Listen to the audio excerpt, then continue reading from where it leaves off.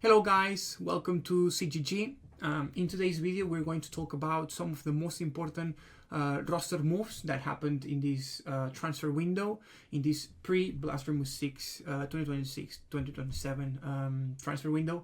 We're going to discuss 10 teams where we talk about the players that have been added, and we're going to talk about what it means, what these changes mean, not just for the team but also for the scene overall, because some of them are very interesting, not just from a player point of view but also from a brand point of view, no?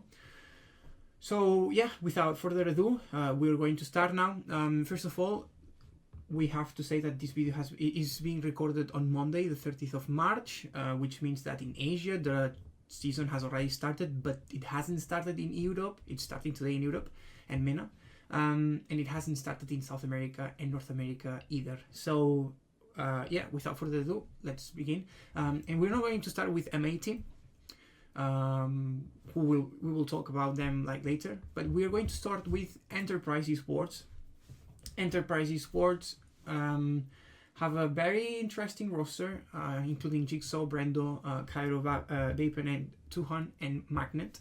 If you have been living under a rock, obviously like Max Edition will be quite shocking, because after retiring from professional Siege, after Fnatic made the decision to move to Europe's top flight from Japan, Magnet decided to retire and he focused on his streaming career, and after some time he decided to come back, and now he's doing it as a head coach, no? Mac has a lot of experience. He played in multiple SI editions, yeah, and Pro League finals as well. So he's a very experienced player. He has played on some of the biggest stage this scene has ever seen. So having him leading this roster is quite interesting, but at the same time, obviously, it's his first experience as a head coach. I'm sure that he has the leadership, and he has plenty of skills that will make him like the right profile to lead this project. But it's going to be interesting to see if Enterprise Esports qualify for Salt Lake City or any other international competitions. It's going to be interesting to see how he manages, behind the players. So it's gonna be cool to see such an historical figure being in the game again in a different role. So that's gonna be, yeah, it's gonna be interesting. Obviously, like Vapen and Tuhan stayed in Enterprise Esports, and then you have Jigsaw, Brendo, and Kiro, making this like the real Australian super roster. So far, so good for them, because Enterprise Esports won their first Oceania League game, whereas the Chiefs lost. So it's gonna be interesting to see how they do in the upper bracket and the Chiefs do in the lower bracket. But obviously, Enterprise are the big favorites to qualify for Salt Lake City from Oceania. This is obviously like the roster that's gonna lead Australia and well, the Oceanian region. It would be a surprise if they don't, but yeah, we will see if they qualify for Salt Lake City. Remember that in Oceania there's only one spot. In Asia, so the Asian League, there are two, and in APAC North there's another one. I am not very sure why is that, but I am assuming that it's like based like in previous seasons. It's gonna be because of Asia's performances in 2025 and 2026 have been better than the rest of APAC regions, especially considering the Weibo Gaming, who finished in top 11 in Munich and top 8 in Paris, so it makes sense. Moving on to M80 now. M80, I've made just one roster change, which is the addition of Liam Ashenpath to replace Kino. It's not like a move that actually they wanted to make, at least based on what we have seen on social media and what we have heard, but it's a change that it ended up happening because of like possibly like stuff that it's not related to the game itself. And Kino's career in MAT was put to an end. It was a difficult departure, but it was one that eventually happened. MAT, Munich champions, and well, all of them except for Ashen, also Manchester major champions. So this is a very experienced roster, well-proved roster that can do like very well internationally and in their home region. Year 10 was a season with ups and downs for MAT. In Reload, they didn't do very well. And in the first stage, they were doing decent, but they just fumbled in the playoffs. They didn't do well. They missed out on the Esports World Cup. And then in Munich, they ended up qualifying for Munich after the slow start to the playoffs, but they ended up like qualifying, taking that first seed from North America, and they did very well, obviously, in Munich, even though they had to win it from the lower bracket. But yeah, they beat FaZe Clan and Team Falcons, and in SI they couldn't like maintain the pace. So it's a roster that obviously like they have plenty of potential, but they have to show a bit more of consistency. And is Ashen the solution? Maybe not, but I think like with Fabian and with the experience that all of these players have, I think they can make it work. Undoubtedly, MAT will be one of North America's top horses, especially after like Space Station rebuild and other teams, like making roster changes. But yeah, I think like Ashen joining MAT is just like adding a lot of firepower to this roster, and it's gonna be interesting to see like roles and how everything fits together. It's gonna be quite interesting, with obviously Hot and Cold leading the roster and the whole project alongside Fabian, of course. Moving on to Europe, we have Team Secret. Team Secret has made 2 changes because Jume and Adrian left the team. Adrian signed for Wildcard, whereas Jume signed for Team Falcons. We are going to discuss both moves later. And they decided to sign Nathan and Citizen. It's going to be interesting to see how this roster does. And I think this roster will struggle at the beginning, especially the first 3 and 4 months. Because I think one of Team Secret's main strengths last year was their chemistry between players. And that's something that is very difficult to replace, because we are not talking about the level, like individual level of the team, but the understanding between players. And that's something that's very difficult to replace and to rebuild. And especially in a format, the kickoff format, which we'll see best of 1 games in the first stage, we could see like Team Secret losing some games that on paper they shouldn't.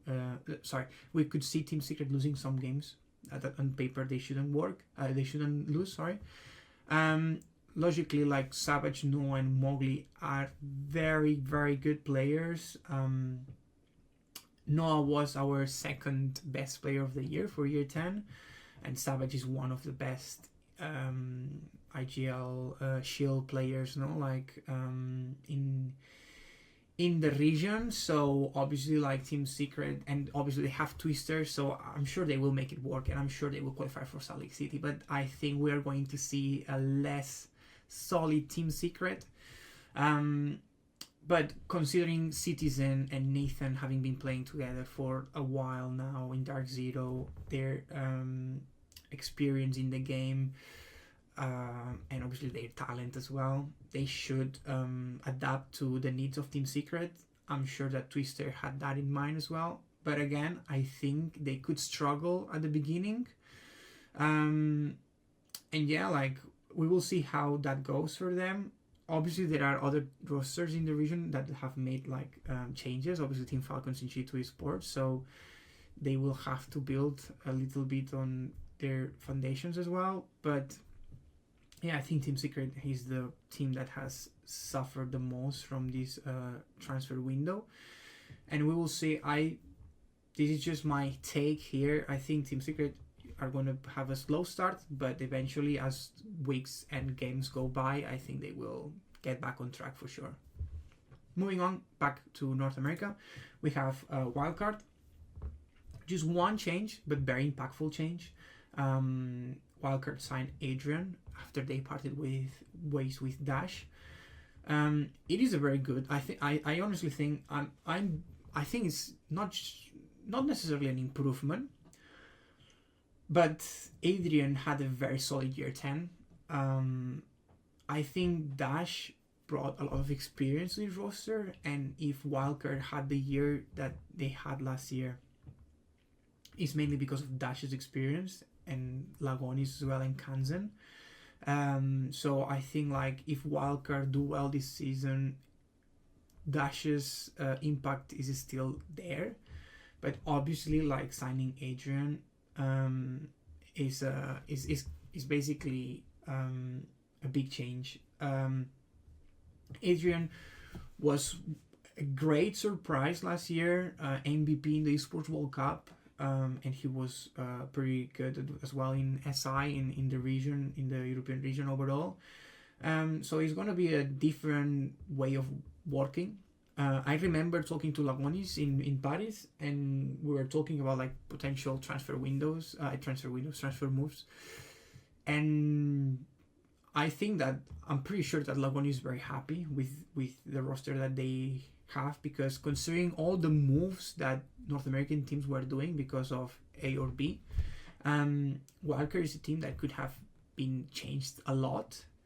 They could have suffered a lot of departures, no? But they managed to keep all of the players except for Dash, and that's probably not because Loss wanted Dash, but because they wanted someone else, and it was like a decision that they made, not a decision that they had to make because like there was a bigger fish there paying for the player, no?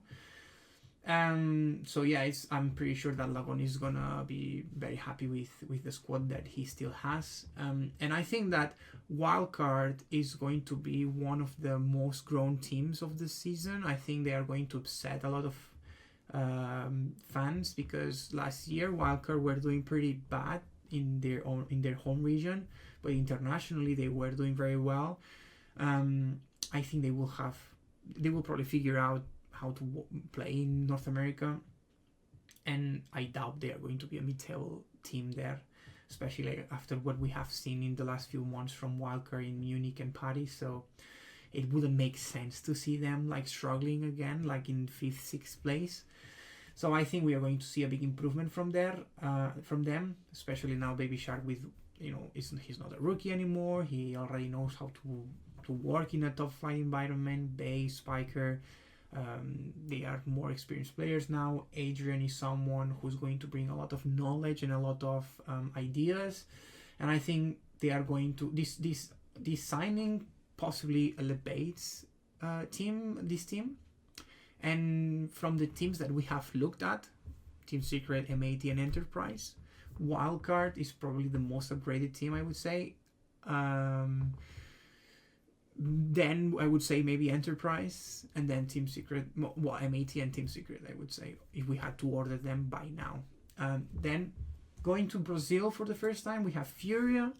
We are working on getting the pictures, by the way. So obviously, like, it doesn't look very well right now, seeing a G2, a W7M, and a Furia player, and like the default pictures. But yeah, this is a very exciting roster. I think like people are sleeping on this team. It's a very aggressive roster. I don't know how the roles are gonna work here, because like these players clash in terms of roles, so someone will have to adapt. Boxera is possibly like the most unknown player, but he's like people in South America, they say he's like the Brazilian Stompen, in terms of like, like he's a young player, really skilled, talented, like mechanically gifted. So we will see how he does. And yeah, we see Hertzy and Bobs reunited from their W7M times.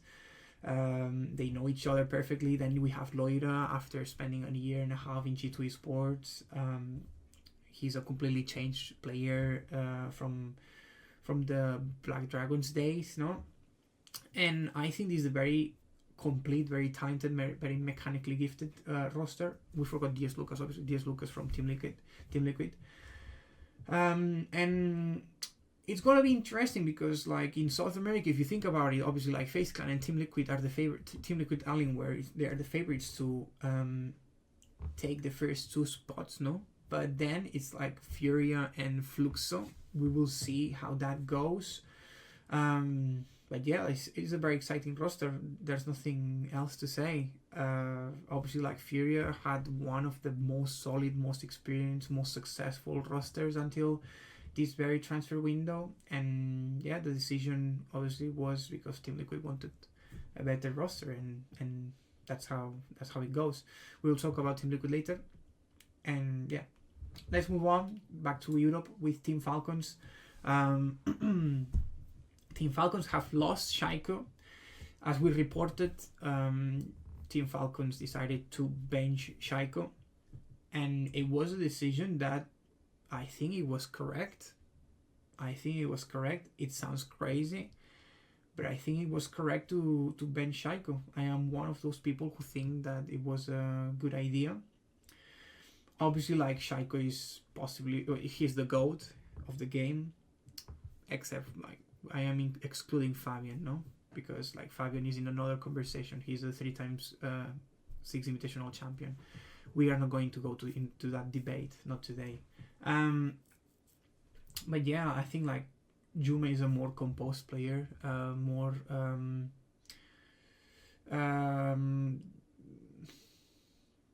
don't know how to say it, but I always felt like Jume is more like responsible inside the server, more composed, more thoughtful. Yeah, like, more cold-blooded. So I think that's what Team Falcons possibly needed. Whereas Shaiiko is more like explosive, more of a heated person, and I think that was maybe hurting them.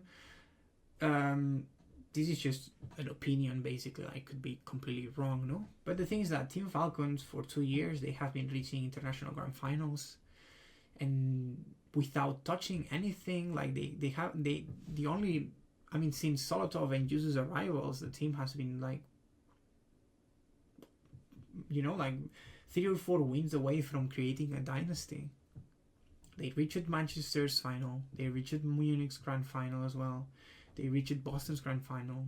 In Paris, they were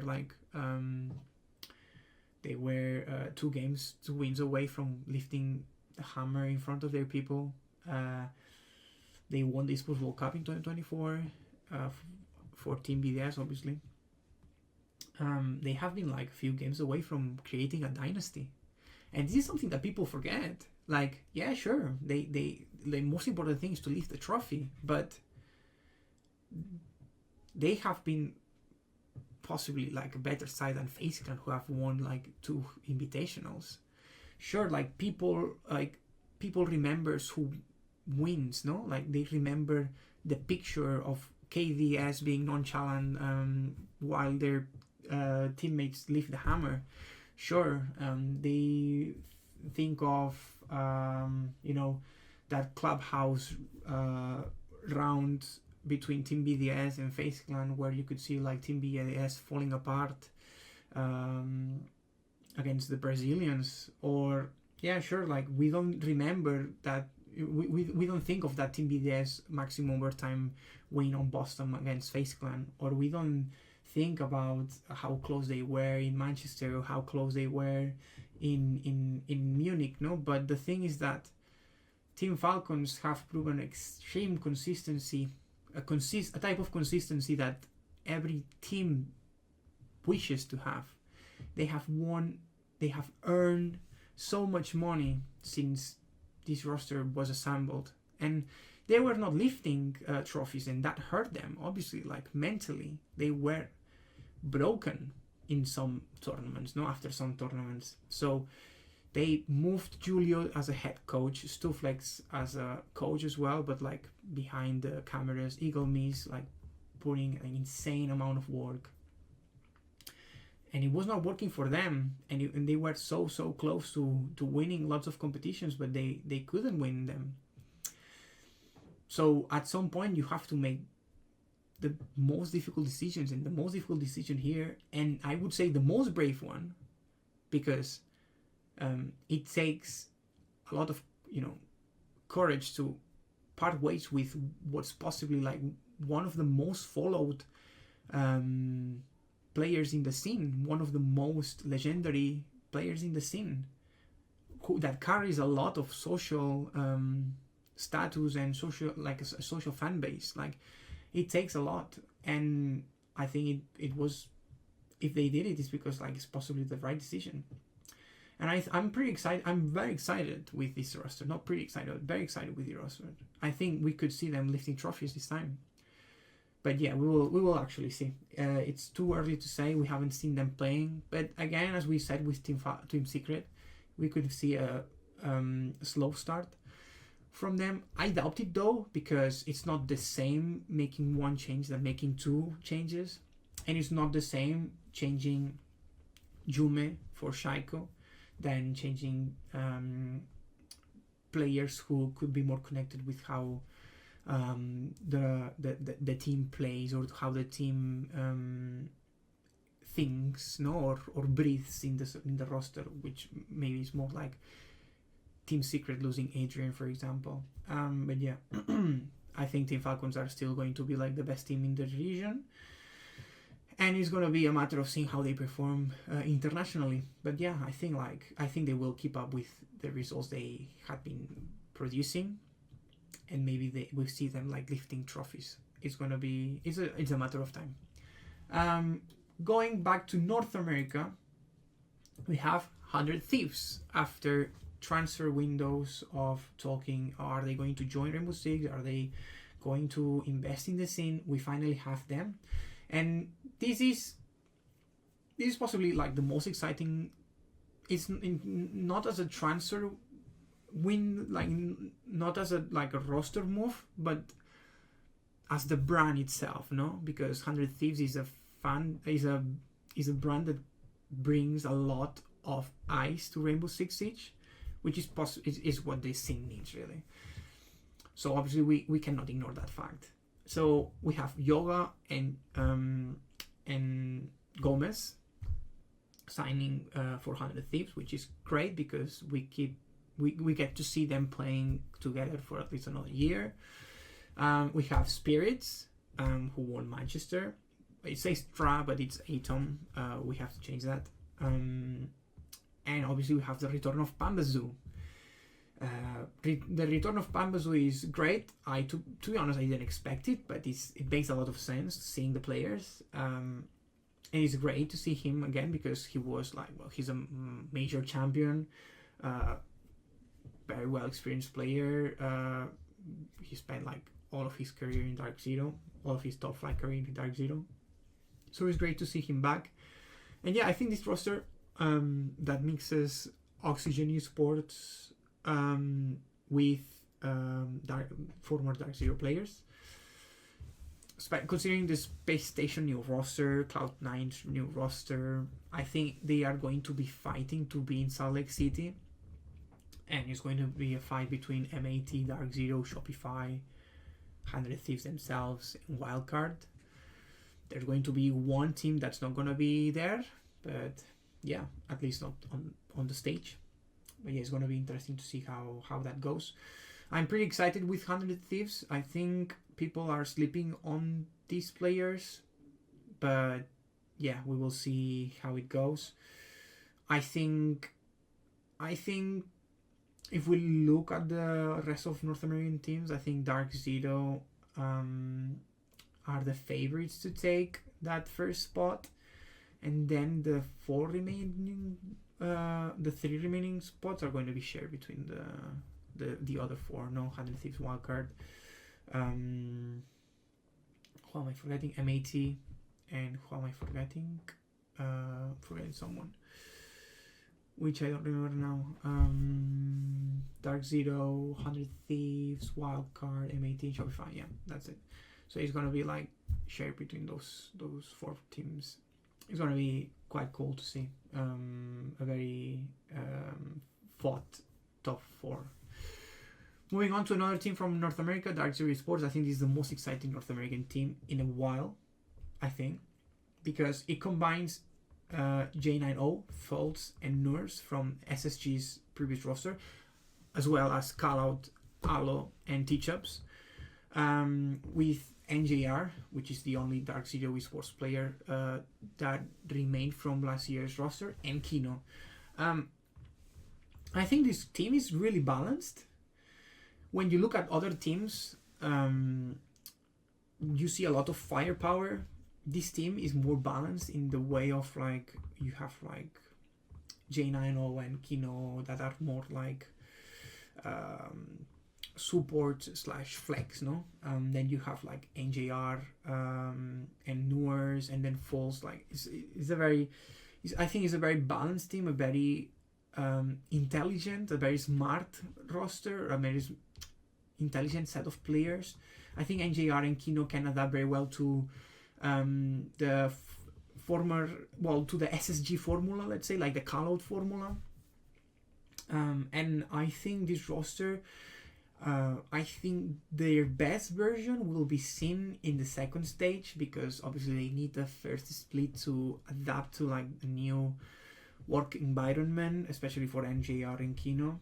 But they are people who have been in the scene for a long while actually, who have shown to be able to learn a lot from other players and to adapt. And I think I think Dark Zero Esports are possibly going to take over the scene and do very well this year, at least in North America. We will see how they do internationally, but yeah, I have high hopes from this team. Moving on, and we're going with the two most exciting rosters, I believe. Team Liquid, Alienware, Team Liquid, APAC. That's it, simple. And they did it because of multiple factors.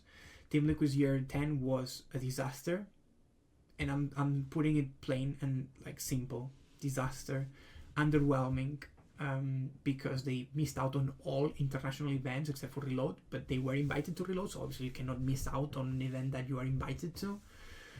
And although they had Maya and Diaz, who played pretty well individually, obviously like Nesk, well, it was his last season and he had some like very good performances, but obviously some other that were underwhelming.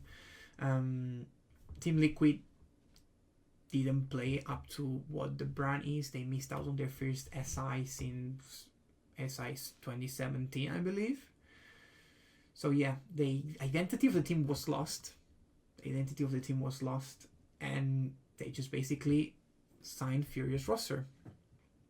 And I think that basically makes Team Liquid top horse again.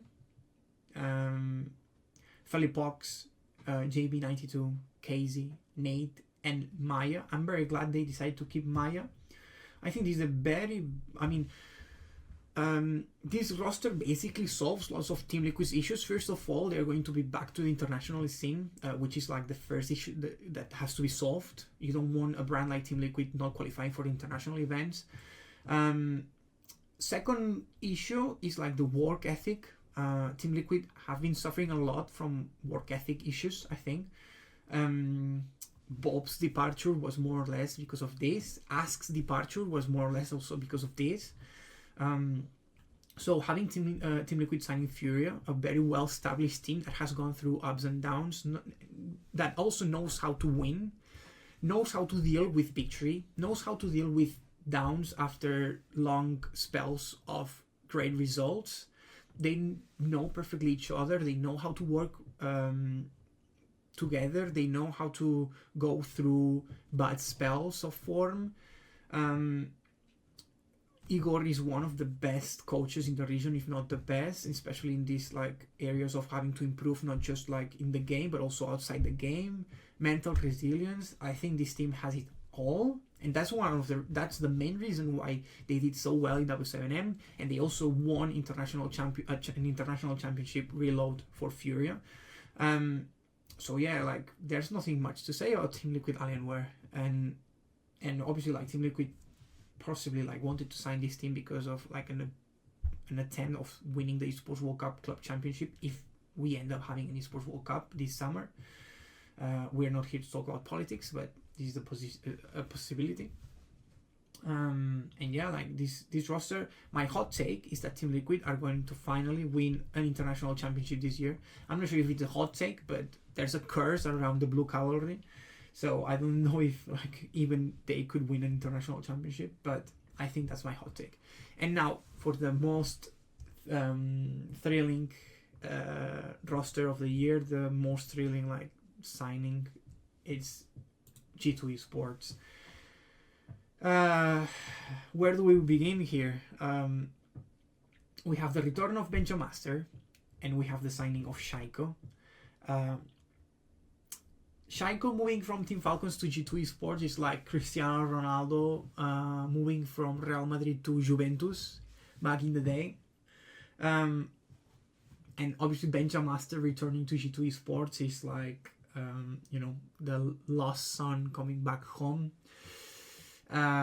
It's great to see these two players in G2 because they are going to play for the biggest brand in the scene, G2, and they are not just going to do that, but they also play with Stompen, and obviously like if that wasn't enough, Alemão and Doki are extremely experienced players, and like everyone knows them. They have a lot of fans as well, so I assume the viewership numbers for G2 Esports games are gonna be crazy, and it's gonna be very, very interesting to see how they do in the first stages of the season as well.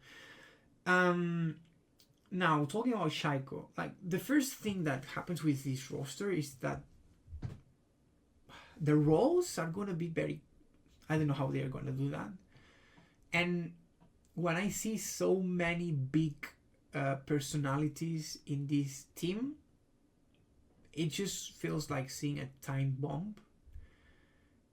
This roster of G2 Esports is going to be like extremely good, where they will run over every team, or it's going to be a failure. I don't know if there's going to be a middle ground. It's gonna take them time to adapt, to see like how the team like can be, successful. They have Ramayo, who is like one of the best coaches, and obviously like cameraman supporting the players as well. So yeah, I think like Shaiiko brings a lot of firepower, but you also have Stompen and you also have Benjamaster, and if that wasn't enough, you have Doki, and Alemão knows how to shoot as well. Sure, Alemão is gonna play shields, that's fine, but yeah, like the rest, I don't know. You play Doki as a support, and then like Stompen, Benjamaster, and Shaiiko like the more aggressive like roles. Stompen as a flex, and it's gonna be like the first G2 Esports game, which happens tomorrow, I think, not today, is going to be very interesting. Like you cannot miss out on that one. It's going to be, or to set expectations, let's say, So yeah, but yeah, seeing Shaiiko, Benja, Stompen, Alemão, and Doki playing together for G2 Esports is crazy. It is crazy. So yeah, that's the most exciting move of the whole transfer window.